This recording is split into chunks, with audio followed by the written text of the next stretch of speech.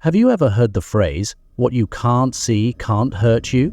It's a comforting lie we tell ourselves, isn't it?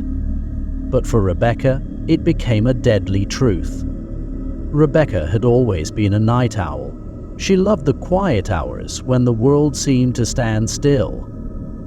Her tiny apartment in the heart of the city became a sanctuary during these times, filled with the soft hum of a fan and the glow of her laptop screen. But lately, something about the nights felt different. It started with the whispers.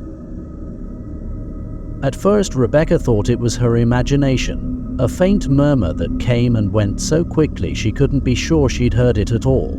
She chalked it up to exhaustion or the neighbors. But the whispers grew louder, clearer. One night, as she typed away at her latest freelance project, she froze mid-sentence. "Rebecca?"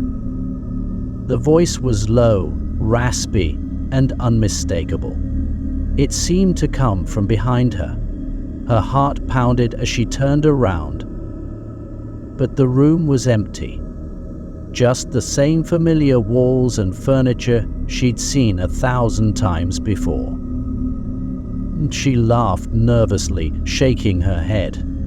"Get a grip, Rebecca," she muttered, returning to her work. But the voice came again. "Rebecca, help us." This time, it sounded closer, almost as if someone were right next to her ear. She leapt up, knocking over her chair, and backed into the corner of the room. "Who's there?" she demanded, her voice trembling. "Silence." The whispers didn't return that night, but Rebecca couldn't sleep. She left all the lights on and sat in bed clutching a kitchen knife, feeling utterly ridiculous. Over the next few days, Rebecca became obsessed with finding the source of the whispers. She searched every inch of her apartment, checked the vents, even called the building manager to inspect for hidden speakers or wiring. But nothing seemed out of place. Then came the shadows. They began appearing in her peripheral vision, just faint shapes darting along the walls, disappearing when she turned to look. At first, she thought it was a trick of the light or her tired eyes playing games. But soon, the shadows became more defined. One night, while brushing her teeth, Rebecca saw a figure in the bathroom mirror. It was tall, unnaturally thin, with elongated arms that seemed to stretch toward her. She spun around, but no one was there. The next day, she called her best friend Lila. "Lila, you have to come over. Something's happening in my apartment. I think I'm losing my mind," Rebecca pleaded. Lila arrived an hour later, armed with sage and a book on cleansing rituals. She waved the sage around, muttering incantations she'd found on the internet. Rebecca felt silly, but the tension in the room seemed to lift. Until night fell. Around 2 a.m., Rebecca was jolted awake by a blood-curdling scream. She ran to the living room where Lila had been sleeping on the couch, but Lila was gone. The front door was locked from the inside. Her phone was still on the coffee table. Rebecca called out for her friend, her voice echoing through the apartment. "Lila, where are you?" No response. She checked every room, every closet, every corner. It was as if Lila had vanished into thin air. Then she saw it, the mirror in the hallway. The glass rippled like water, and Rebecca could see Lila on the other side, pounding on the surface, her screams muted.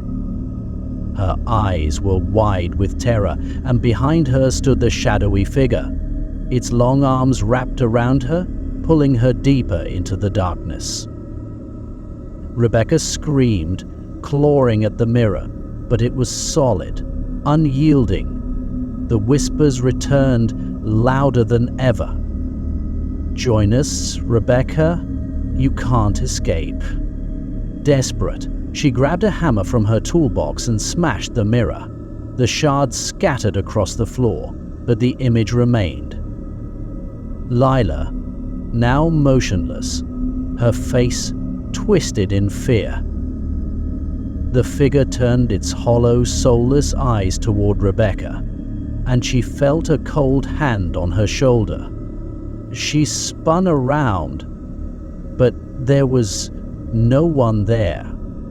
The whispers grew into a cacophony, filling the room with deafening noise.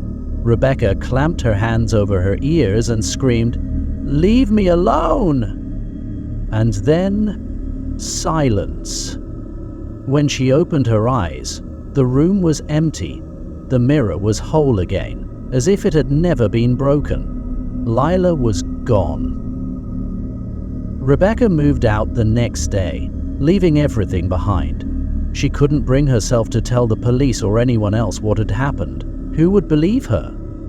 But sometimes, late at night, when the world is quiet, she swears she hears whispers. "Rebecca, help us." And she knows the shadows are still watching. Stay tuned for next part. Please like, subscribe, and comment next part.